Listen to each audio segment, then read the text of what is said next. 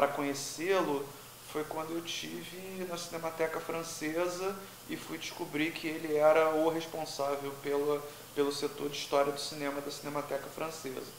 Essa é a referência mais imediata do Aumont, não como autor de livros, mas o que ele faz fora os livros no cinema, né? É um camarada que nasceu nos anos 40, é um teórico que nasceu nos anos 40, início dos anos 40, se não me engano, que pegou aquela efervescência do cinema dos anos 60, sobretudo na França, escreveu para o Carré de Cinéma, hoje escreve para uma revista francesa de cinema, tem alguns livros mais conhecidos, uma obra mais conhecida lançada em português, uma obra que não foi lançada, talvez, eu acho que o principal livro sobre um cineasta, que é o livro dele sobre o Bergman, seja um livro que a gente ainda sinta falta na nossa língua, mas parte significativa da obra do Aumont foi lançada na nossa língua.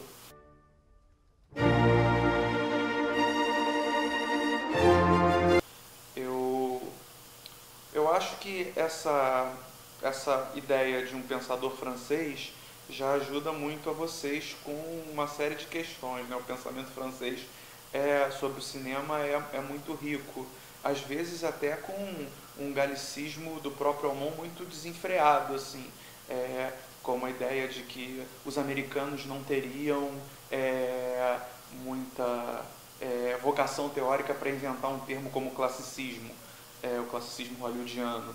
Ele diz isso nesse livrinho aqui, que na minha opinião é um dos livros mais interessantes do Aumont. Assim, é um livro pequenininho, mas que pequenininho se comparado com os outros, né? A estética do filme é um livro maior, a imagem é um livro maior e bem denso, O Olho Interminável, que é um livro onde aparece o principal conceito, na minha opinião, do Aumont, que eu acho que a gente pode ir aí numa outra pergunta discorrer, que é o conceito de figurativo.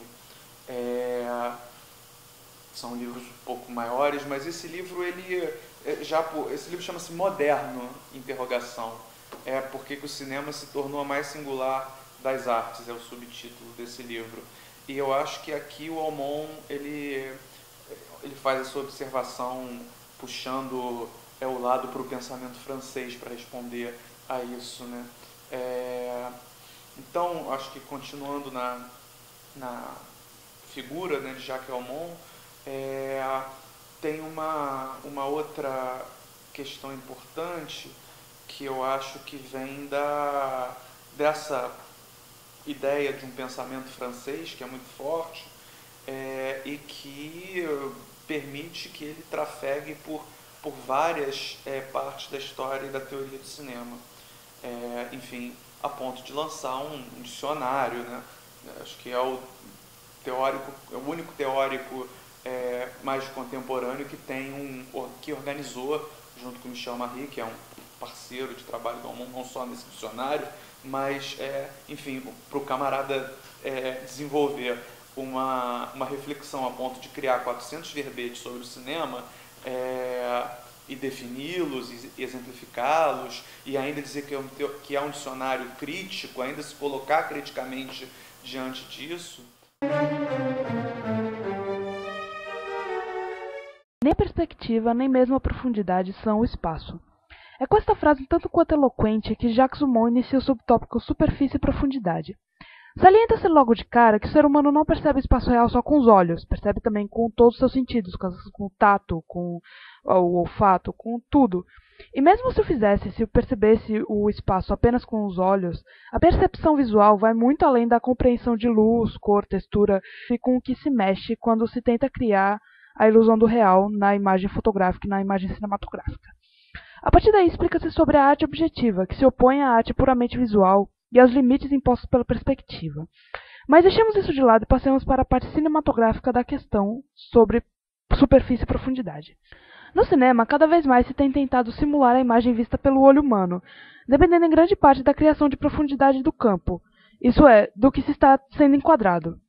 E por falar em enquadramento, o enquadramento é um recurso clássico da criação de profundidade, usado de maneira pioneira por Orson Welles.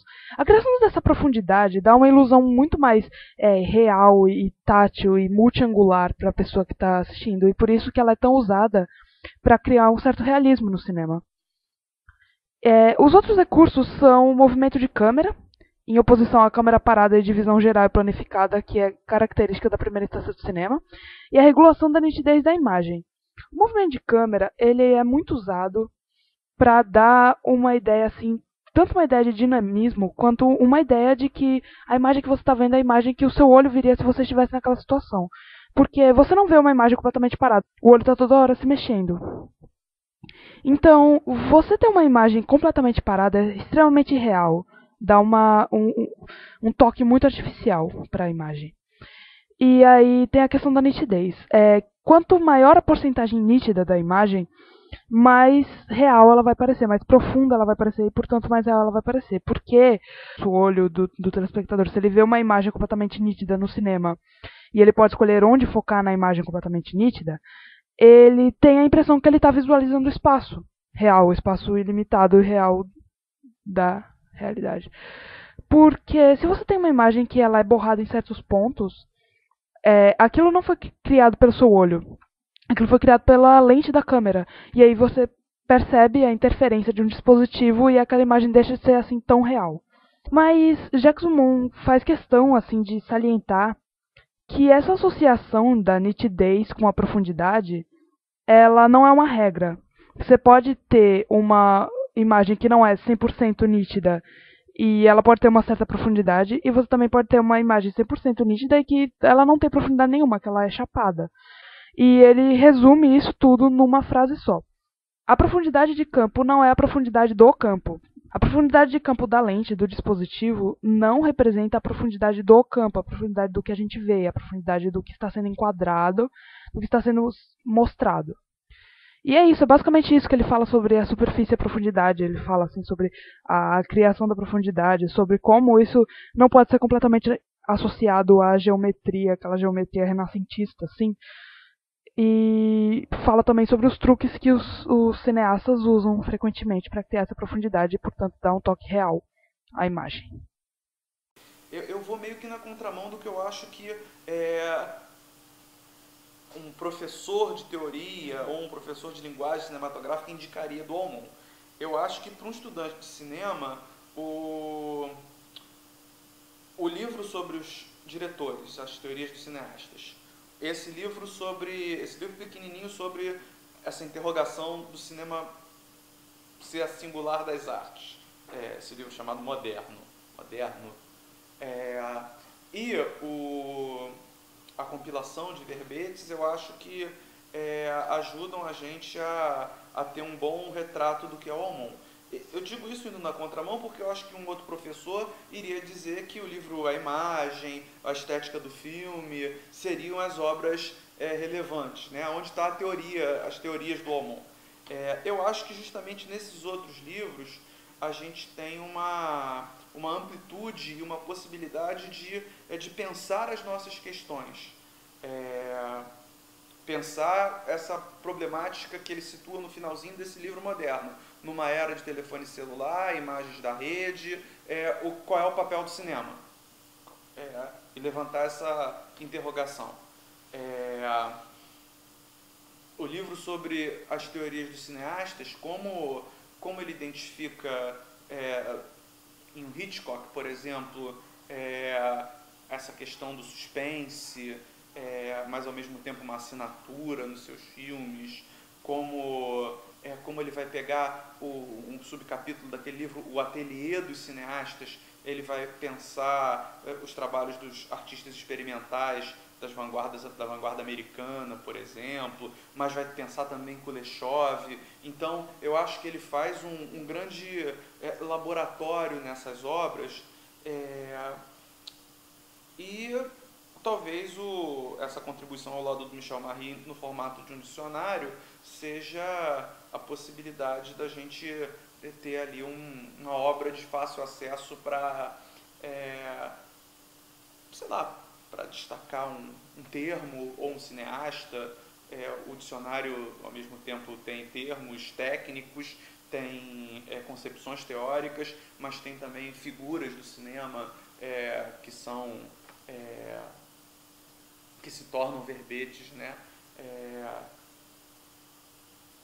tem a própria história do cinema, né? Por exemplo, eu vou trabalhar em sala hoje o verbete cinema moderno,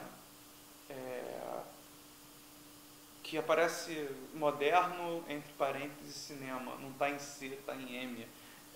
Isso é uma coisa do pensamento francês, essa tentativa de transformar os conceitos em verbetes, né, e criar dicionários. Sei lá, tem o vocabulário, o abecedário de Deleuze, e agora eu acho que a gente tem, agora não, porque é uma obra de 2003, a gente tem um bom dicionário na nossa língua, talvez recentemente o melhor deles.